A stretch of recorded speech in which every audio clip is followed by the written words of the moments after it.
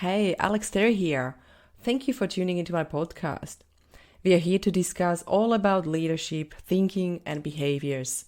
We are here to talk about how to transit from control command leadership to more inspiring leadership with high influence and trust. We are going to deep dive into three components of leadership and performance: cognitive, emotional, and behavioral, and talk about how mastering our mind and thinking will actually change our action and results. Our thoughts are powerful, trust me. They determine how you feel, your decisions, and actions. Your thoughts are one of the most powerful tools you will ever have in changing your life and career.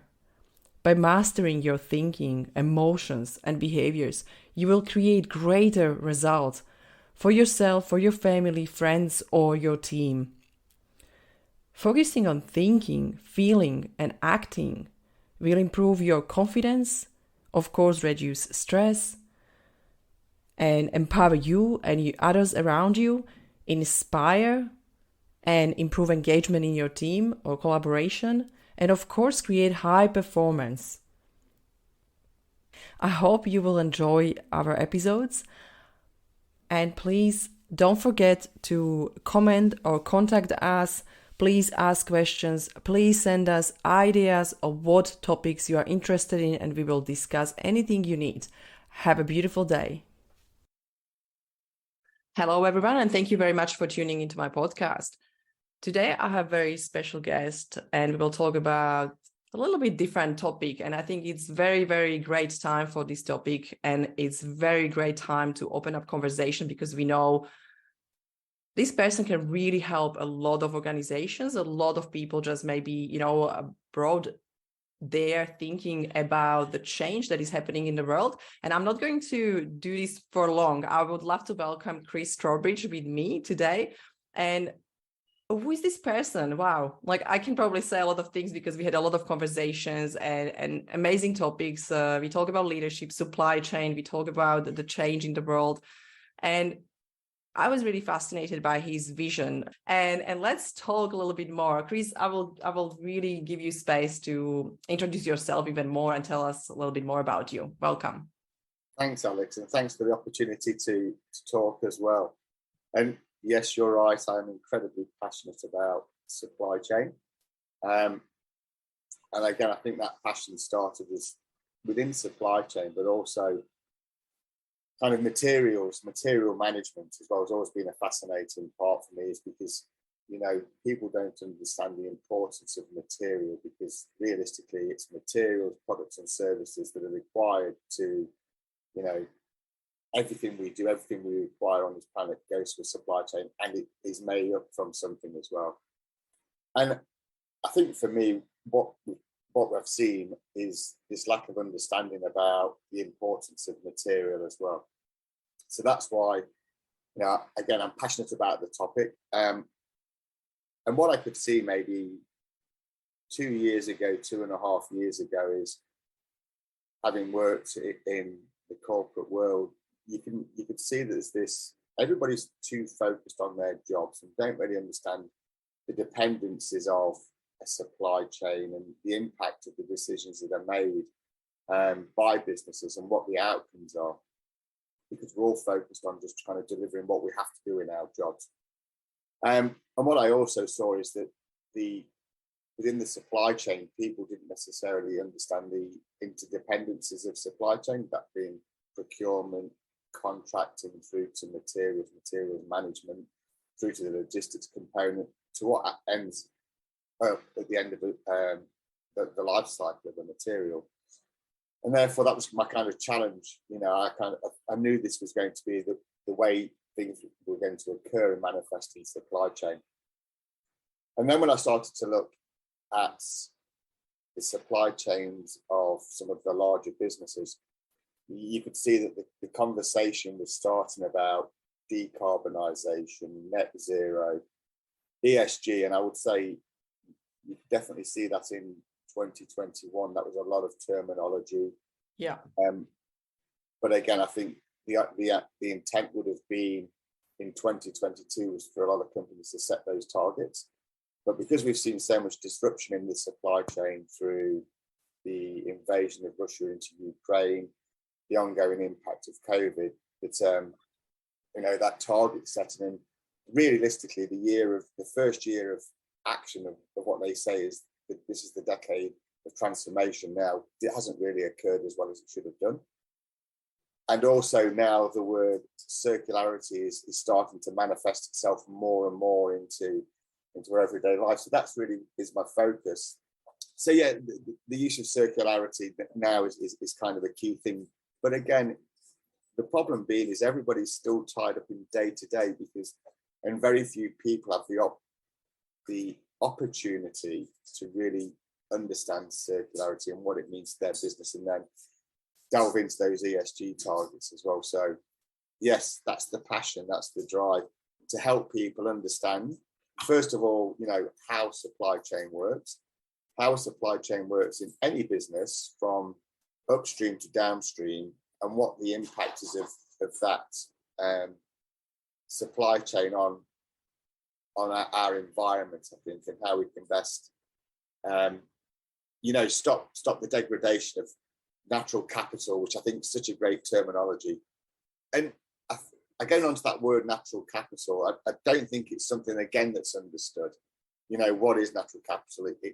It's about what makes up our planet. There's this constant degradation of natural capital rather than, starting to understand the circularity of material and how it can be reused. So we end up with regeneration of our natural capital that's constantly being depleted as well. That means what I can hear from what you're saying is almost like, because we have lack of knowledge, or we don't have really knowledge, we have the goal, and it's decarbonization, but we are focusing on the wrong things, because it almost feels like we try to change the world, but we focus on things that are not going to help us to change the world. And when you say that maybe circularity is a better way than just, cut materials and stop doing something, because it's almost not possible to stop using, some I guess, like you said, capital, or natural capital, or something that we use already. Like, you just can't stop using that. It's better probably start somewhere else. Is that something that I hear? Yeah.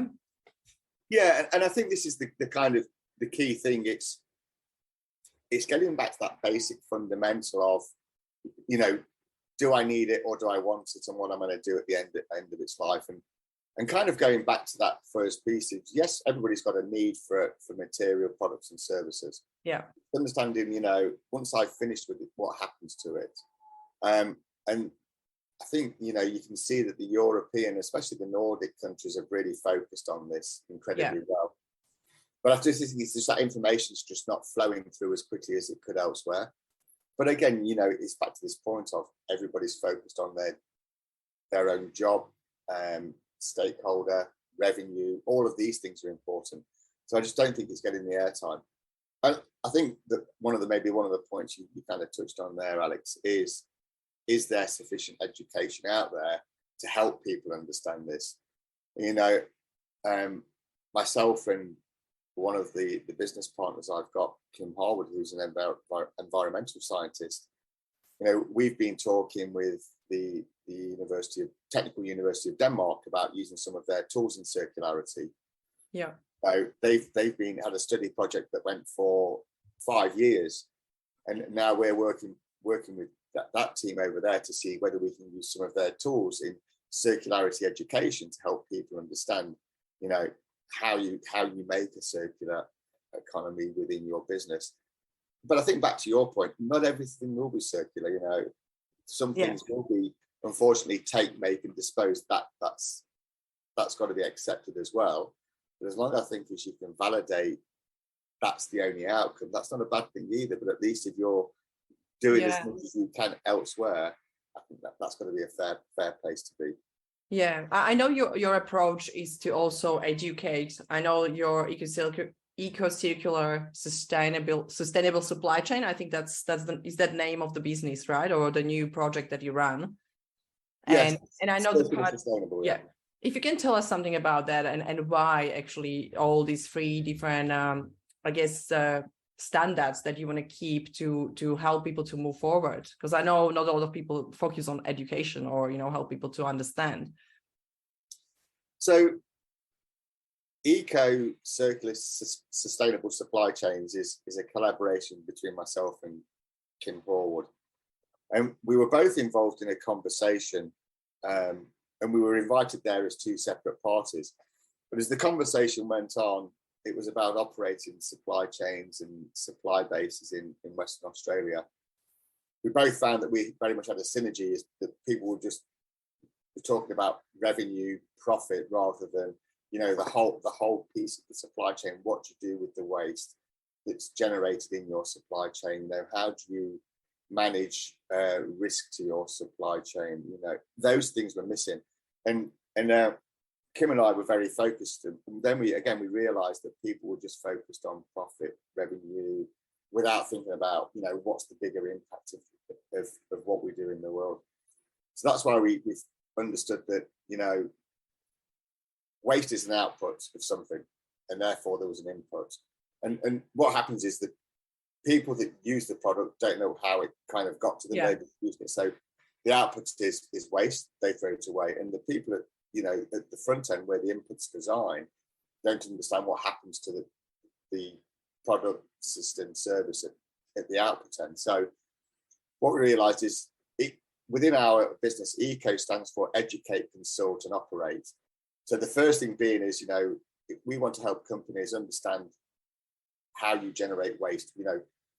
70% of the world's covered in water, 3% of that is fresh water, but we use that to launder products and services every day and then just discard it again.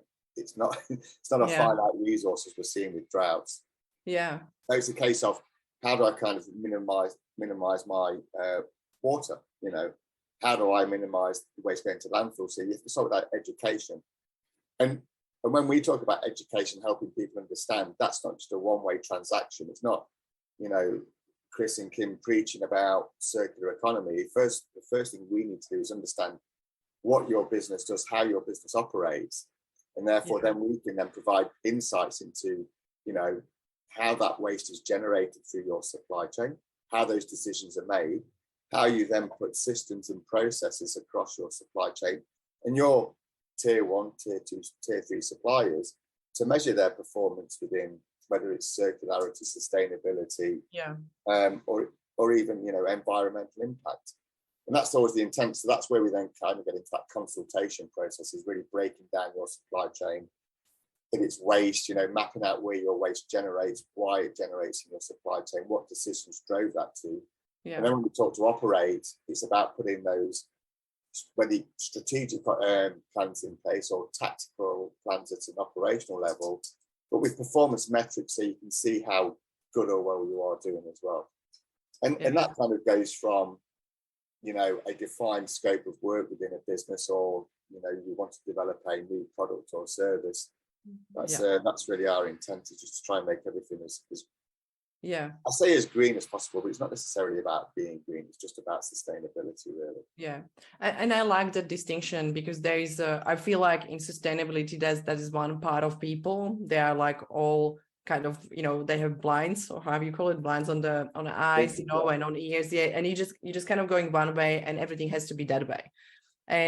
But there is not still the clear path, because we are so far away from being sustainable or, moving to the green.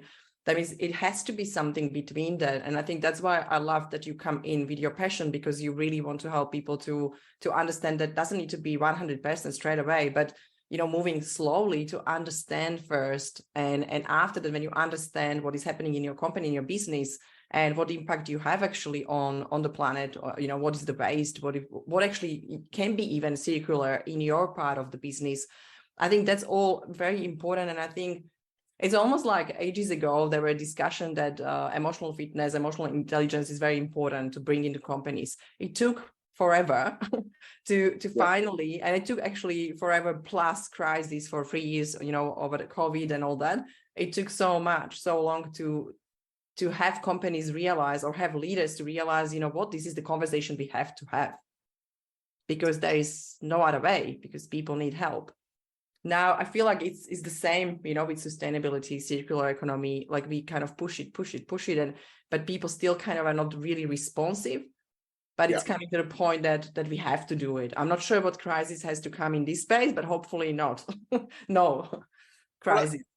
Well, I think this is where it becomes very interesting, and I will refer back to one of the conversations that you and I had, Alex, and I had with another group of people earlier this week, and it was back to that change management piece. Yeah. I mean, the first thing is, if I'm responsible for procuring new materials, how conscious am I? What are my key drivers? Is it sustainability? Do I understand what my company's sustainability goals are?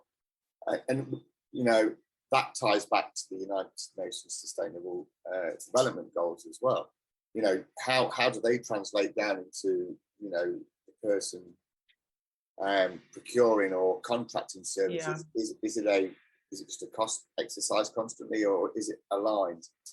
And in one conversation I had this week, which was with a professor from the University of South Australia, they were talking about green HR, and I love that. The conversation went, well, what they found is that people were in green buildings but weren't acting in the same kind of manner that they thought they would do if being in a green building was sustainable. And they were talking about green HR.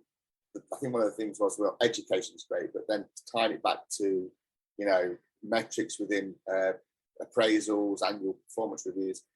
And my comment was, well, that's not, there's no congruence there. People are doing it because they've got to, because I'm being measured on it, not necessarily because I want to do it. And I think this kind of ties back to, the conversations you've had. These people are still making these conscious decisions, and those conscious drivers are about cost, safety cost, things like that, but not necessarily about, right, is this the right thing? Should I be thinking about a different supplier? Am I thinking more subconsciously about the environmental impact of or the sustainability of the decision I'm making? And it's not naturally driven. It's got to be, I think, to your point, conscious leadership as well in that space. I think from when we go a little bit in that area, of course, I think from perspective of how we operate human beings is subconscious. Like we live unconsciously or subconsciously, basically most of our life, because we have something ingrained in our behaviors and in our brain. That means when we created the program was, we need to just make everything with profit. And we don't care about anything else. We just care about profit. And almost it's actually a very similar thing, because now basically everyone was just trying to get profit, and they were doing that sleazy sales, when it was almost lie to people, just get them to pay. And there was old world that it's moving. That world is shifting. And I'm doing basically the same thing in the same level of being conscious, but being conscious about how we are actually habitual, how we are running companies. But now we need to push it even more into sustainability. That means, what is the profit? How we achieve the profit when we relate to people? And now we need to add on how we relate to our planet, or what we actually do, how we relate to our environment. Probably that will be the better expression of that. Because by now we were just relating to money. It was all based on that. And I think that shift is happening a lot and pretty fast. And I love to see some amazing companies, they changing how they think. And I think that change needs to happen in sustainability as well. Leaders need to start to think differently, because on that level of collective thinking, we will be able to influence emotions and behavior. That is, people will start to have a little bit of relationship with environment or environmental goals, but they don't have it, I think, because is that what you said, there is a gap. There is no awareness, there is no education. And people, most of us, we don't even know how to start, to achieve sustainable goals or, zero emissions. It's pretty much, for a lot of people, something that is not achievable almost. Yeah. And the other thing is, depending on where you live in the world, how much in your face is the impact of climate change? The impact of waste. You see the amount of, there used to be 4 seasons, they say, to the clothing industry. I think they say there are 12 now, aren't there? Because which is pretty much one a month, because the way the fashion industry generates waste. Oh my God. And you see that the waste is sent overseas. It's not accounted for over here. And you've seen in some of those African nations where there are just mountains and mountains of clothes piled up because they're not even fit for use over there as well. And some industries, have a lot more to impact, I think, a lot more impact on the environment, and should be held a lot more accountable as well. And that goes back to that whole, but it's somewhere between it's leadership decisions back to revenue and all of those good things, but also, from government's perspective, how much are they getting the impact on, and again, it's this thing, it's just the social conscience of sending, waste, pollution overseas is the wrong thing as well. Yeah, I think from perspective, when I'm even thinking about how different, like, even I have family now here, and when we do things, I do it differently. And it's funny how you can see there is no education about how to recycle, how actually bad is, to leave something on the beach and all the small things. And I'm sometimes just surprised when I see people with families just don't really care, just don't really have that education that actually this is wrong. Like, I'm going to the beach and picking up the rubbish, right? And I think it's not about me being awesome. It's nothing about that. It's more about, it really annoys me, or it really actually hurting me just to think about that will end up somewhere in the ocean. It's just not right. And I think when we start to be more conscious in general, like in everything, because we still want to make money as a company, but if you want to make money as a company, like, I just can't believe that you don't care how people see you from perspective of how you care. Because when you care about your customers, you have to care about planet or environment, because it's naturally going together. We are not, we are not disconnected from planet. We are not disconnected from our environment. And we have some nice places now, but what if those places are not going to be here in, 100 years later? And some people say, doesn't matter because I won't be here. But also your kids will be here, your family, someone will be here, someone else will be here. And I think just that, I'm not sure if that is coming to being actually a decent person or being like a good person. You know what I mean? Like, it's that common sense of start to really care about how our company produces or how our company deliver. And when you think about those, heaps of clothes, how sad is that? Why I wouldn't be the first person in the textile business, and why I wouldn't be that first person that will change everything, and they will actually start to produce only what people need, and start to have a little bit different, new perspective, new innovation, or something that will bring a little bit of, maybe even news will be, coming to you like, wow, you have this new idea. How are you selling clothes? You just, order something, people order something they need and they can't pick it up. Like, all these, I think, idea, like, someone needs to start. Yeah. And I think that's probably even like when we go at the beginning, like, do you feel there is a lot of maybe blame and excuses, like, I would like to do it, but they don't do it, or like that's still kind of missing argument, maybe like an internal or inner argument of leaders, like, oh, they don't do it as well, I'm not going to be first yet because we don't know how to do it, it will cost us money, and it will be probably hard, we will need to change everything, that they still kind of wait and push it away, like it is not a problem. Well, I think there's a couple of things there, Alex, because one you do see is that when they talk about sustainability, that whole, journey to net zero, renewables, the technology is there, yes, but it's still very expensive.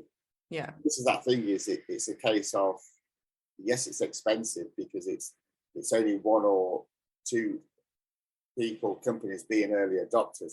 And this is where obviously I think, volume drives down cost as well. And that's one of the key things. It's so, but you are seeing there's a lot more collaboration, whether that's the oil and gas companies than the mining companies. A lot of manufacturing companies do it incredibly well already and have adopted this early. And I think that's one of those key things that we're trying to do, is that we know there have been a lot of early adopters in the manufacturing industry, predominantly in Europe, and more so in those Nordic countries. And that's what we're trying to do, is to help people understand it can be affordable to be an early adopter as well.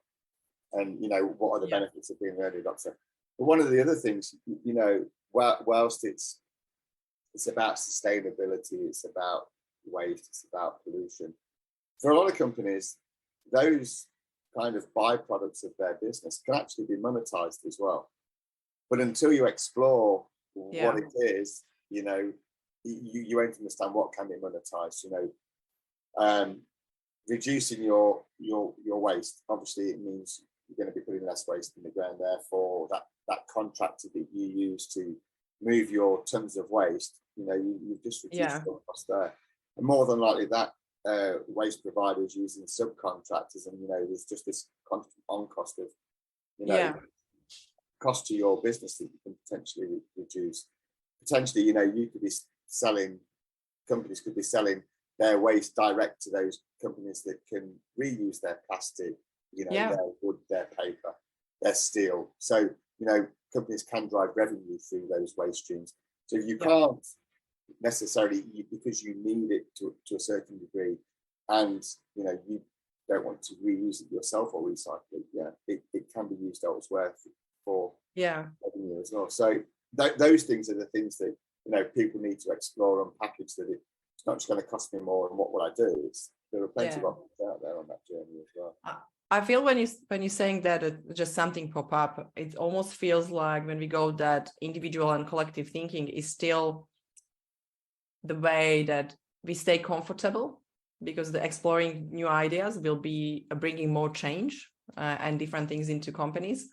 But also it's funny how there's an opportunity also, money related, there is opportunity to create profit, and still there is not enough early adopters. There is not enough people that try to even have discussion about this. And look, I'm not saying we can change the world straight away, in 1 month or 1 week, but how amazing it will be when people will come, and try to actually just have a conversation and brainstorming about the ideas with people that have knowledge, people like yourself, just having, the knowledge in supply chain and opportunities to use waste or, do more circular style of business. And I think just to really have that conversation, even just my small business, with you, when we talk, I'm always thinking, how better we can do it.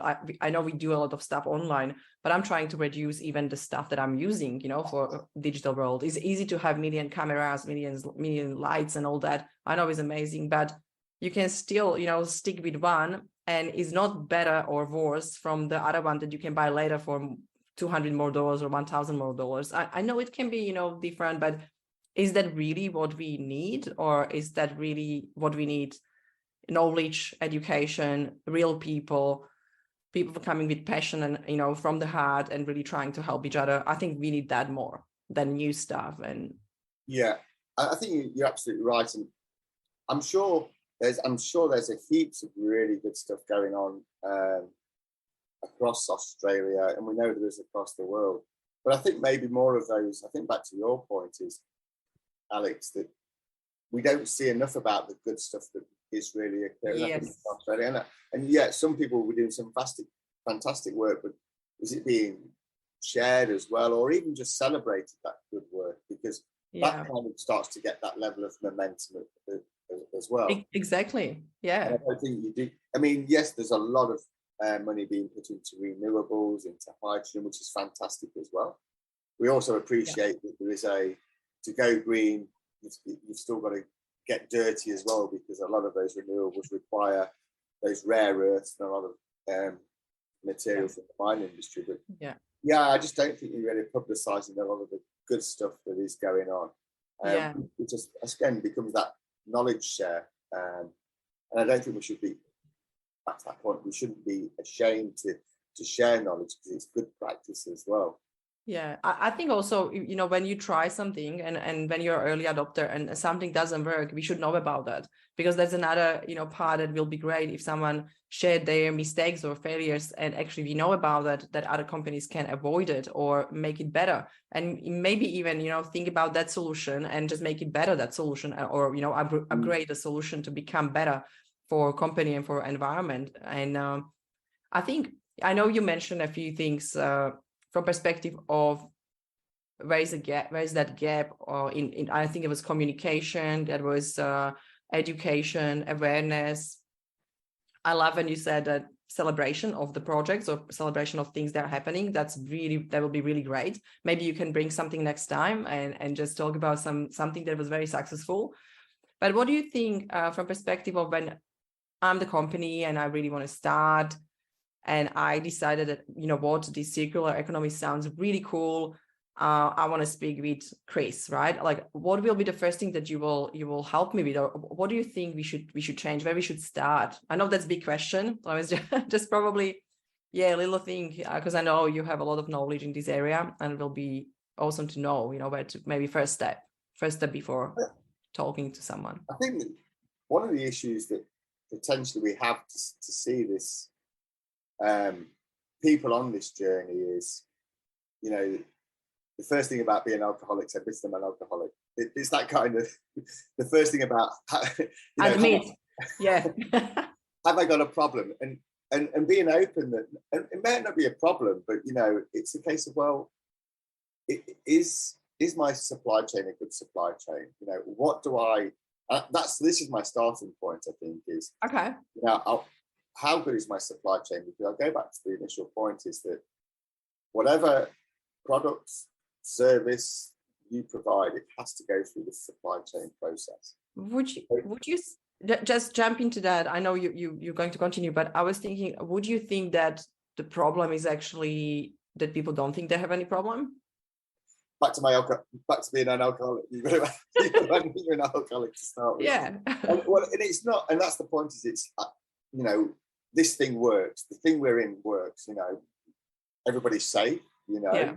And so therefore it must be okay. But what does okay or good look like?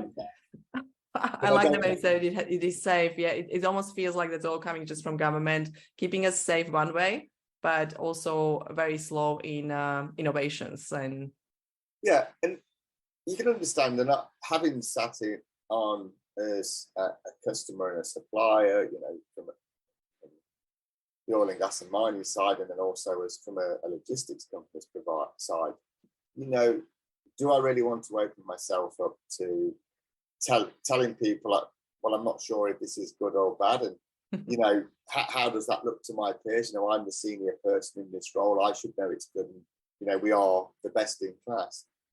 And I think that's the thing for me is, it's understanding how good I am, or is my business good or bad?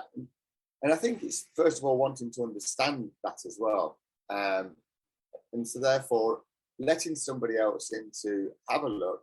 And it can be a bold or brave move for somebody to do, because if it is broken, and it's vulnerable. It's vulnerable, but well, I might as well find out whether it's good or bad. And that then comes down not just to my supply chain, but understanding the impact of the supply chain, the decisions supply chains makes on the operations, on the relevant back to that higher corporate strategy on sustainability. Does that really cascade down? To understand that kind of conversation. So that's the first thing is, am I good or bad? And being able to benchmark that to start off with. And now that might be just a case of unlocking my supply chain. How does my supply chain really work? How do I measure the performance of my supply chain?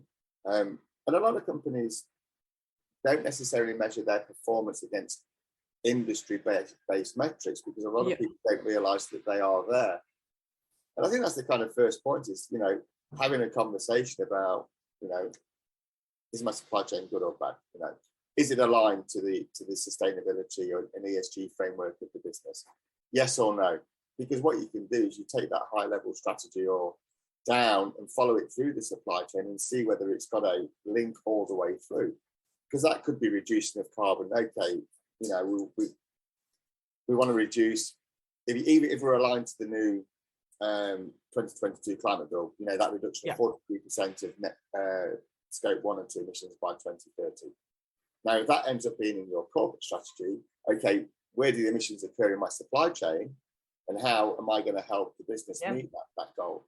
And unless you're already getting it down to that level, and if we've got a commitment to reduce, waste within our supply chain, by 20%. Okay, let's just see how that cascades down into the supply chain. So you've got that metric that's overlaid in your supply chain that then ties back to your ESG framework. Yeah. And that's when you can kind of monitor people's performance and also the performance of the supply chain as well. Yeah. I think I like when you said at the beginning, we talk about vulnerability, and let someone get in and help you. And I think when I take it to the leadership perspective or behavioral and emotional intelligence, when we think about that, that's what we teach in leadership. You need to be vulnerable. You need to actually know your strengths and weaknesses, and you need to welcome feedback to be actually a great leader.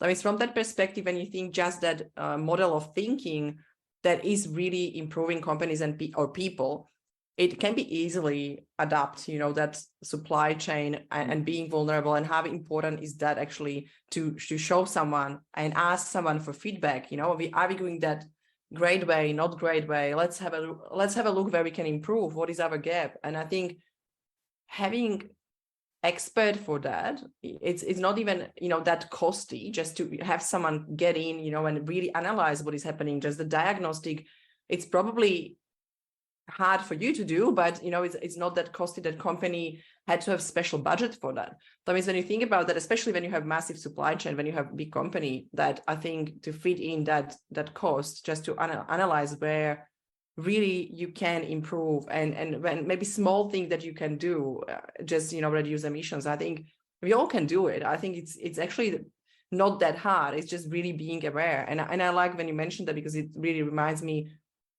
how great leadership is. And even though they will have, let's say, they will slow down, because now they will start to focus on supply chain and emissions or zero emission goals. But when you think long term, what I believe all leaders should actually think long term, and not about small costs. Now this month I have bigger costs, but how that is going to influence the company and business long term. Imagine that there will be early adopters. They will realize what they do wrong, what they can improve. Now today they will start to improve where they can be compared to people or companies that are not doing anything. In 10 years or 5 years, that they can be winning everything. They can have great supply chain, because there will be also people in supply chain. They will want to work with people. They already have the goals achieved.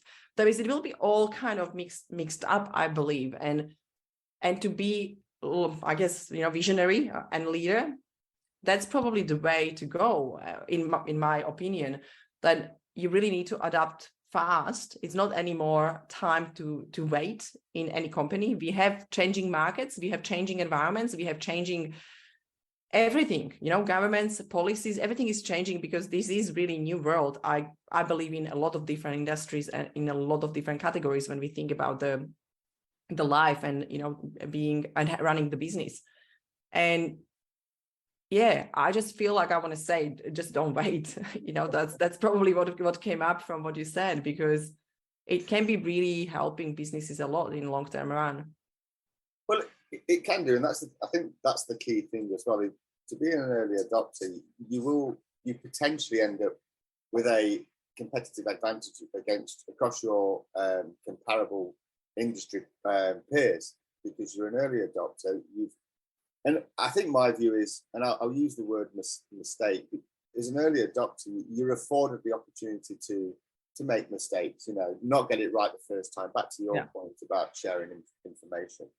But if you're an early adopter and you're making errors, mistakes on that journey, I think you'll be forgiven for those, because at least you're trying to do something. And I genuinely, it will be could be a competitive market advantage in that business. So you're right. So back to your point, it could sound counterintuitive, but at the same time, no, it could be that's where the growth of revenue for big businesses will come from. Early adopters, disruptors as well in the industry as well, especially when you start to look at some of the reporting standards that will start to come out soon. As we say, we know that Europe's a very progressive in the world of sustainability. We know that the international financial reporting standard are looking at what they're doing with the European sustainability reporting standard. That will translate if this is a requirement to publicly listed companies in Australia. So you can see it's going to cascade very, very quickly. And more so, not just about Scope 1, Scope 2 emissions, but back to this conversation about sustainability as well. Yeah. Tied back to the United Nations Sustainability Development Goals as well. Yeah, I definitely feel, or I can see that there is a lot of actually profit, in the future for people that will be early adopters, or for people that will really get on that journey as fast as possible, because the world is changing. And as you said, Europe they're first, they're pretty much ahead of us, and they will maybe missing as well some suppliers, and therefore they will look around the world, and if there is something in Australia and they can actually meet the goals, it's great, because you can actually gain more business in general when we talk about money, from money perspective, because I know people are already tuning into probably from perspective of profits, and making money. And I understand that, look, we all do business because we need to make profit. We need to have a vital and viable business. But what do you think is the biggest, or we talk about vulnerability and people don't want to get people in, it's really like they want to keep it, they don't want to show that maybe something is wrong in their supply chain. But what else do you feel is an obstacle, or is a problem? Like, why we don't have more people, why we are not actually, why Australia is not even early adopter, like why we are not there, why we are not ahead?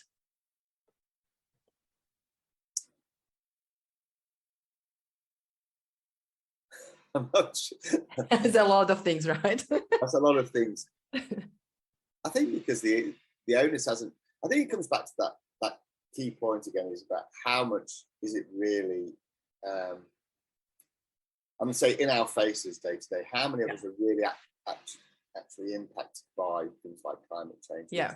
When we're talking about this circular sustainability, that's what realistically is the impact. How conscious are we of those issues? Here on the West Coast, yes, there's the fire that's raging around Cervantes to Jurien Bay now.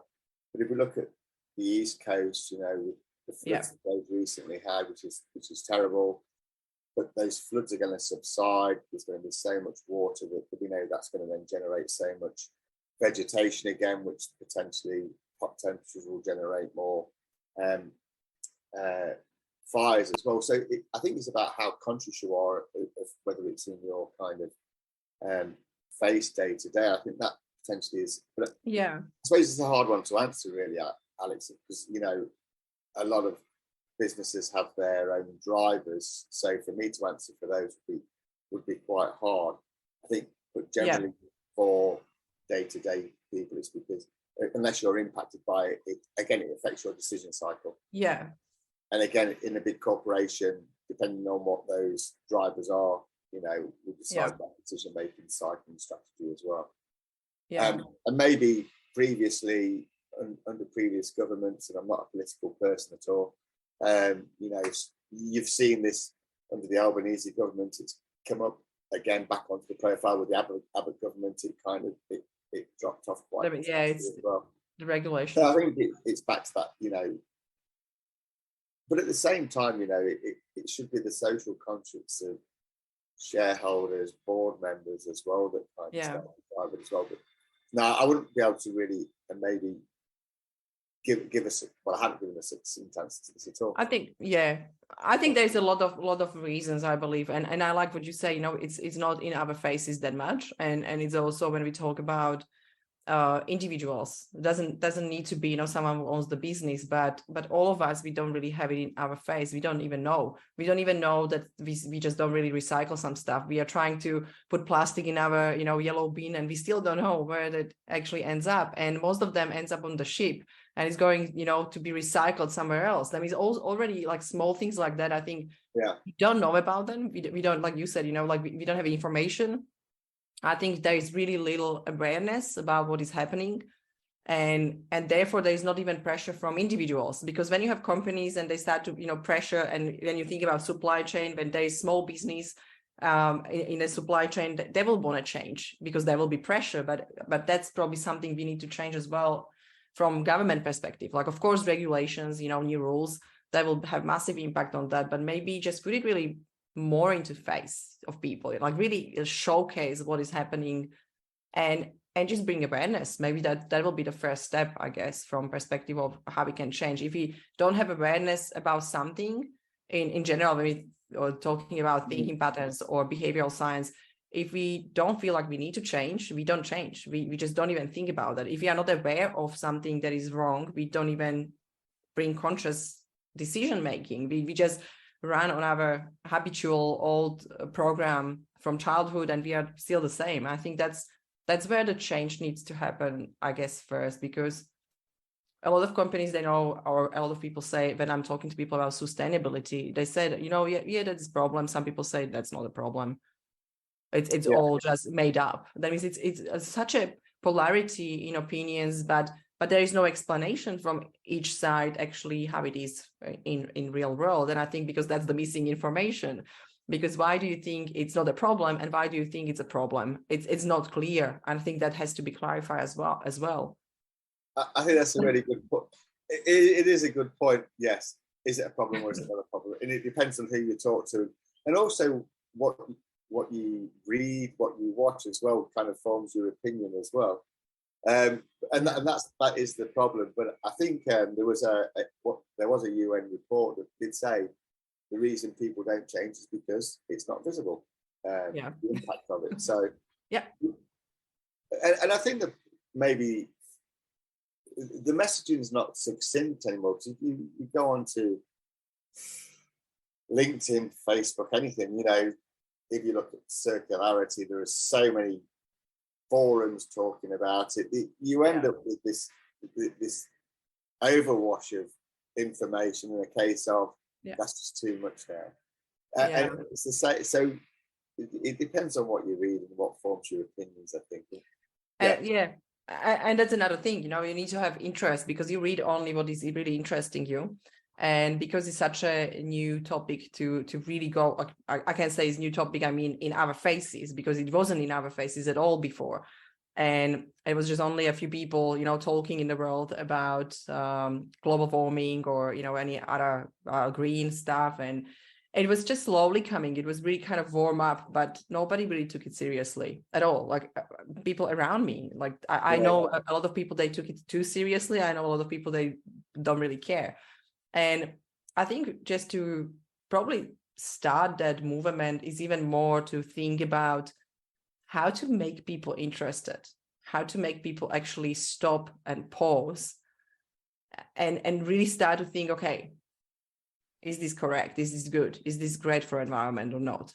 Just that one question, just to build in our heads, being more conscious, and just ask that question when we are shopping. Do I really need it? Or I just do it because I just want to have fun, or I just do it because I can.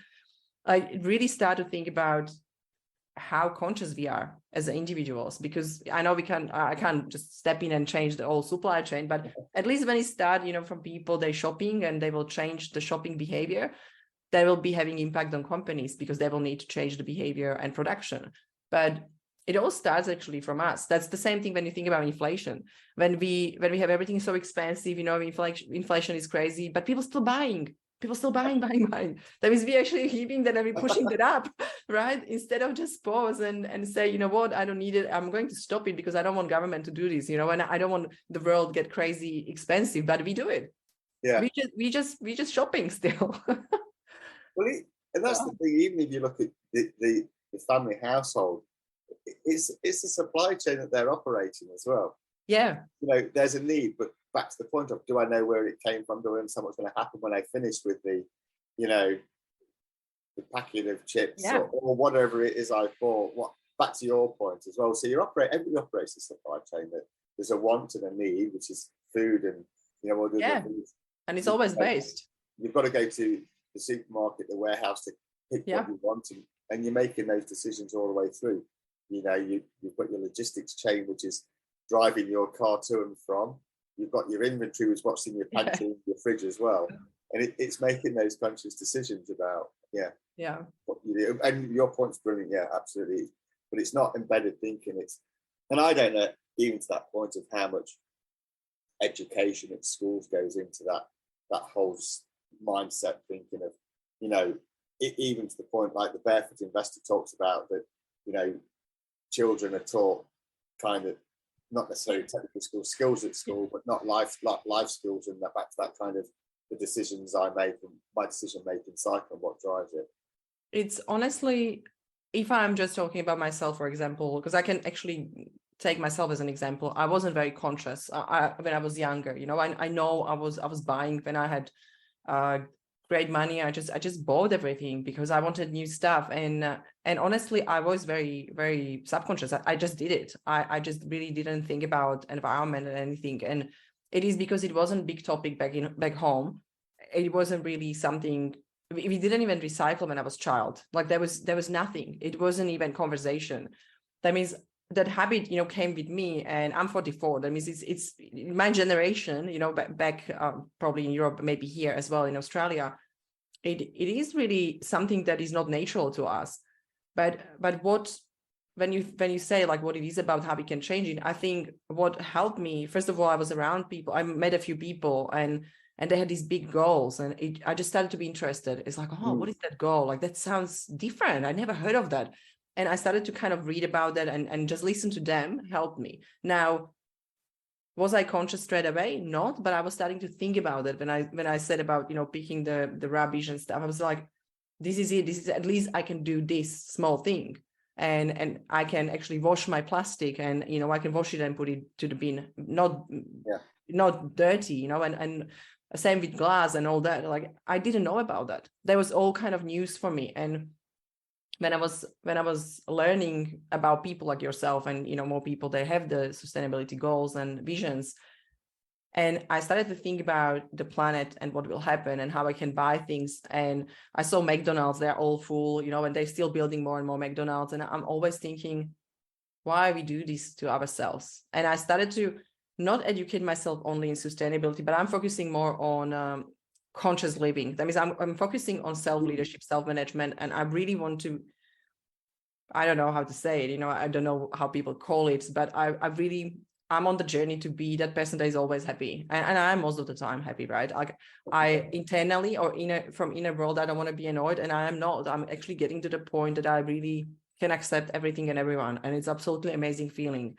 And when I started to be more in that space of consciousness and learning about our thinking and how actually everything it's starting here, I'm more and more conscious because I know it starts there. I don't want to do things subconsciously because I want to know what I'm doing. It's almost like I want to know what I'm doing, every decision, you know, why I did that decision or make the decision. And I like that because you're learning so much about you, about yourself, about emotions, but also about other people and how they relate to each other. That means actually that education really helped me to be conscious about everything, all part of my life. It's not only what I eat, what I buy, but also how I use things or what I read. And all these kind of things, it will change everyone's life, I believe. But when people start to really educate themselves, and all trainings and stuff that I learn and conversations like we have right now, it's just so helpful just to really have conversation about that. And I think from that perspective, I think people can change, and it's not going to take so much, maybe 5 years. It took me a little bit longer, but I get things a little bit slower, but I love to get things properly. You know, I really love to implement them. That means it really took me time, but I can say that I'm not going to buy some stuff. I'm not going to stop in McDonald's just to let you know all these silly fast foods. I'm not going to do that because I know they are not very sustainable and they're not very healthy. That means it's all kind of like those small things, you know, like you start to actually create new program in your brain. And I think that's what we need to do when we try to be more green and sustainable and think about what we do with our rubbish, with our waste. Yeah, I think so. And I think that's one of the things that I'm very conscious of, that on this journey, that there is that support and assistance of leadership. The leadership, back to your, like you said, it's been a journey that, you know, leadership, the teams under the leaders, you know, need that support about how to make that transition and that move to subconscious thinking as well. So that's definitely one of those things I know for me is key as part of what we're trying to achieve with helping companies move to a kind of greener, sustainable, circular supply chain as well. Yeah. Chris, I really love this conversation. I think we can continue another hour. But what I would like to do, maybe let's catch up again. Let's do another topic. Maybe let's go a little bit deeper into challenges and solutions. And maybe next time we can talk about some solutions and ideas in the supply chain and how to actually make it better for your company and business. And yeah, if you agree, I would love to invite you to another episode. Great. And Yeah. hopefully maybe we could be joined by Kim Horwood, the environmental. Yeah, that will be great. And what I would like to do at the end, the two things. First of all, if you have any kind of small advice or things that people can do, or maybe what they can read, or what is the quote or something that you would like to end up this show, and also where people can connect with you. I think if I had to quote anything, it would be maybe yourself, Alex, there, which is, take that journey, because you've obviously done a great job about making those conscious decisions. But it's about, I think the key thing is, it's got to be something you also want to do as well. That's definitely the key thing for me.